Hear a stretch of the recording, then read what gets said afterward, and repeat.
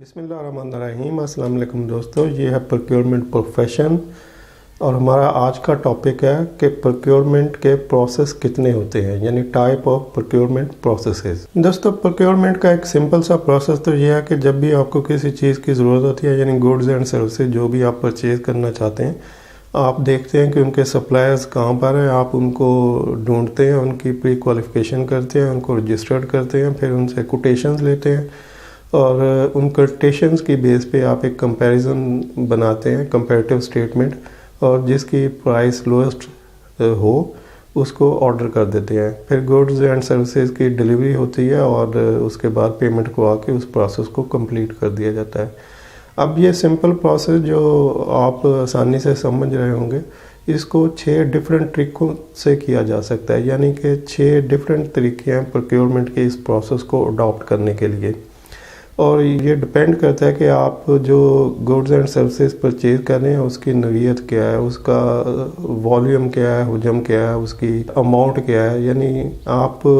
का डिसीजन जो है कि आपने किस प्रोसेस को अडॉप्ट करना है उस गुड्स एंड सर्विसेज के लिए, ये उस प्रोजेक्ट या गुड्स के ऊपर बेस कर रहा होगा। इसको हम यूँ कह सकते हैं कि अगर अभी आपके पास एक रिक्वेजिशन आती है कि आपने एक मैट्रेस खरीदना है, तो इसके लिए आप और प्रोसेस अडॉप्ट करेंगे, लेकिन अगर आपको 100 मैट्रेस की रिक्वेस्ट आ जाती है तो उसके लिए आप दूसरा प्रोसेस अडॉप्ट करेंगे। तो आप कौन सा प्रोसेस अडॉप्ट करेंगे, इसके लिए आपके पास 6 डिफरेंट किस्म के प्रोसेस अवेलेबल हैं कि आप इनमें से किस प्रोडक्ट और गुड्स के लिए, गुड सर्विसेज के लिए कौन सा प्रोसेस अडॉप्ट करते हैं। तो दोस्तों, प्रोक्योरमेंट के जो 6 प्रोसेस हैं उनको हम इस तरह से डिफ़ाइन कर सकते हैं कि नंबर 1 प्रोसेस है ओपन टेंडरिंग का, नंबर 2 प्रोसेस है रिस्ट्रिक्टेड टेंडरिंग का, और नंबर 3 का प्रोसेस है 2 स्टेज टेंडरिंग का, और नंबर 4 है RFP प्रोसेस, नंबर 5 है RFQ प्रोसेस, और नंबर 6 है सिंगल सोर्स। दोस्तों, नंबर 1 है open tendering. Open tendering competitive bidding का एक प्रोसेस है जिसमें कि आप अपने लोकल या इंटरनेशनल न्यूज़पेपर जो भी पॉसिबल है, जिस टाइप का आपका प्रोजेक्ट है या वॉल्यूम ऑफ गुड्स है, उसकी बेस पे आप अपने लोकल या इंटरनेशनल न्यूज़पेपर या दोनों में एडवर्टाइज़ करते हैं और तमाम लोगों को जो भी उस गुड्स एंड सर्विसेज के रिलेटेड होता है उनको इनवाइट करते हैं कि वो आपके इस ओपन टेंडरिंग में हिस्सा लें और अपनी प्राइसेस को सबमिट करें। दोस्तों, ये बड़े प्रोजेक्ट जो कि प्रोजेक्ट बेस बाइंग होती है उसमें फ़ायदा नहीं देता, लेकिन ऐसी आइटम जो कि जिनका वॉल्यूम ज़्यादा, यानी अमाउंट वाइज उनका बजट ज़्यादा हो, वहाँ पर ये काम आता है कि आप एक बड़ी अमाउंट की जब बाइंग कर रहे हैं तो आप उसमें 2-3 वेंडर की बजाय, जो कि आप कोटेशन नॉर्मली लेते हैं, 2-3 वेंडर से कोटेशन लेने की बजाय आप उसको ओपनली जितने भी उस मार्केट में लोग या उस सिटी या कंट्री में अवेलेबल हैं उन सब को इनवाइट करें और देखें कि कौन बंदा कितने लोअर साइड पर जा सकता है। तो इसको हम कहते हैं कि ओपन टेंडरिंग का प्रोसेस, यानी आप एडवर्टाइज़ करते हैं और उसके बदले में जितने भी लोग अवेलेबल होते हैं वो अपनी कोटेशन देते हैं, फिर उनका कंपैरिजन करके आप वही प्रोसेस जो कि प्रोक्योरमेंट का नॉर्मल प्रोसेस है उससे गुजारते हुए अपनी गुड्स और सर्विसेज को बाइंग कर लेते हैं। नंबर 2 है रिस्ट्रिक्टेड टेंडरिंग। दोस्तों, रिस्ट्रिक्टेड टेंडरिंग में आप ओपन टेंडरिंग नहीं करते, यानी आप सिलेक्टेड लोगों को इनवाइट करते हैं, सिलेक्टेड वेंडर्स को इनवाइट करते हैं कि वो आपके प्रोजेक्ट के लिए आके कोटेशन दें। और ये प्रोसेस उस वक्त किया जाता है जब आपका प्रोजेक्ट बड़े साइज़ का हो, वॉल्यूम वाइज, अमाउंट वाइज बड़ा प्रोजेक्ट हो, और उसके लिए आपके पास टाइम कम हो और आप उसमें कुछ कॉस्ट सेविंग भी करना चाहते हो, तो आप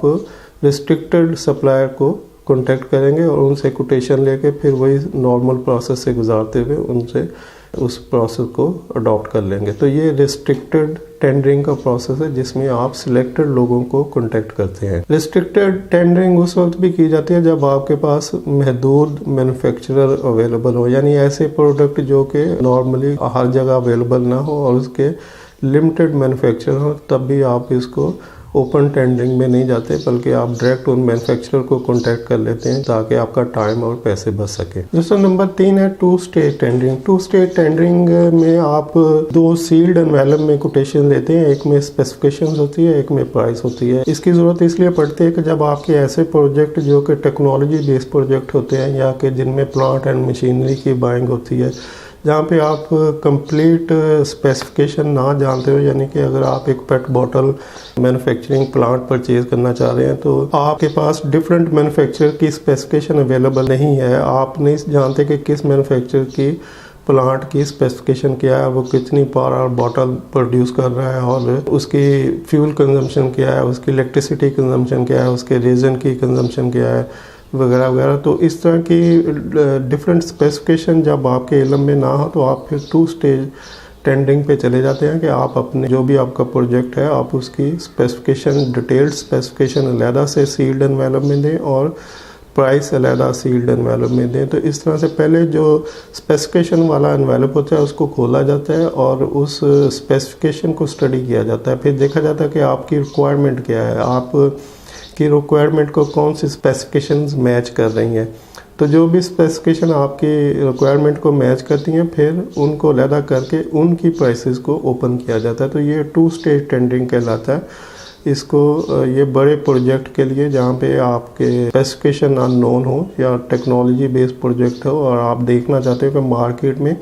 कितनी डिफरेंट टाइप के टेक्नोलॉजीज़ और स्पेसिफिकेशन की प्लांट मशीनरी अवेलेबल है, वहाँ पे आप इसको अडॉप्ट करते हैं। दोस्तों नंबर 4 है RFP का प्रोसेस। RFP को हम कहते हैं रिक्वेस्ट फॉर प्रपोजल, यानी कि आप एक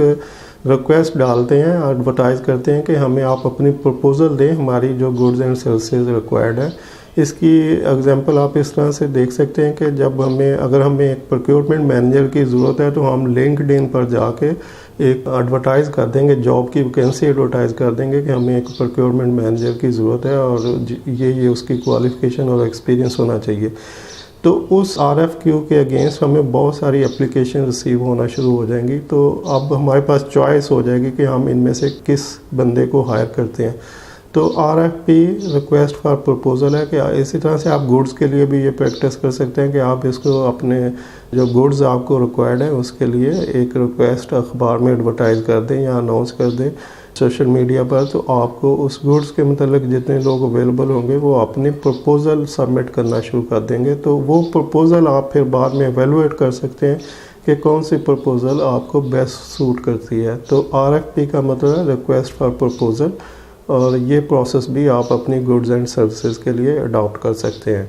तो ये था चौथा प्रोसेस। और 5वां प्रोसेस है RFQ।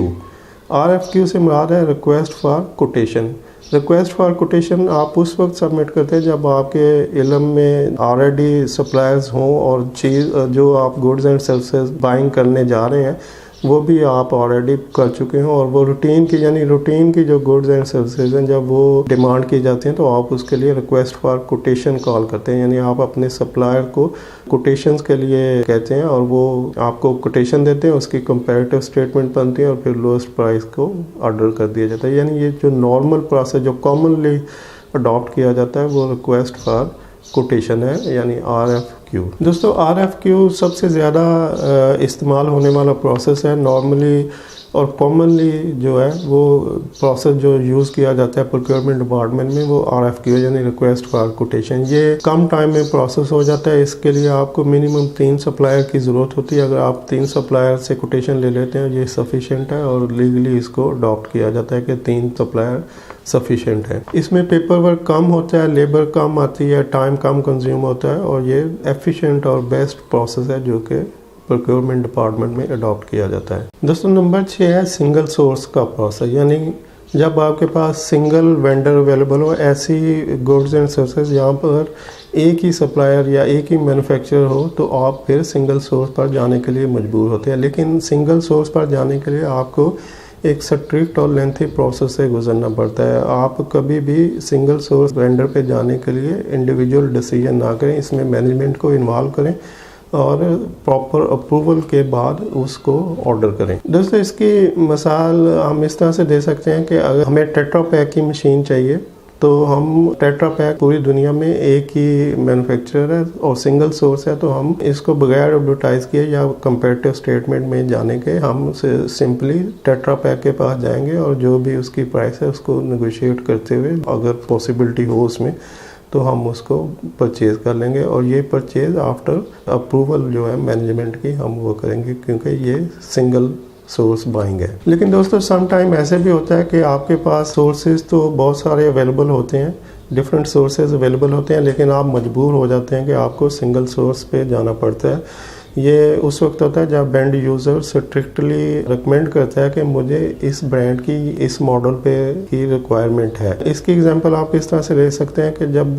किसी लैब में या किसी हॉस्पिटल में कोई डॉक्टर या लैब में कोई किसी स्पेसिफिक ब्रांड के मॉडल को रिकमेंड करता है, क्योंकि उसकी जो पीछे उसका एक्सपीरियंस होता है, जो उसकी रिसर्च हुई होती है, वो उसी ब्रांड के मॉडल पे हुई होती है। जैसे कि अगर किसी रिसर्च ऑफिसर का तोशिबा के अल्ट्रासाउंड मशीन पे सारी उम्र गुजरी है, तो वो किसी और ब्रांड के मॉडल पे वो रिज़ल्ट प्रोवाइड नहीं कर सकता। तो उस वक्त जब रिसर्च बेस्ड चीज़ें हो रही होती हैं, तो ऐसी टेक्नोलॉजी को, न्यू टेक्नोलॉजी को अडॉप्ट करने में थोड़ी सी हेजिटेशन होती है। तो प्रेफर ये किया जाता है कि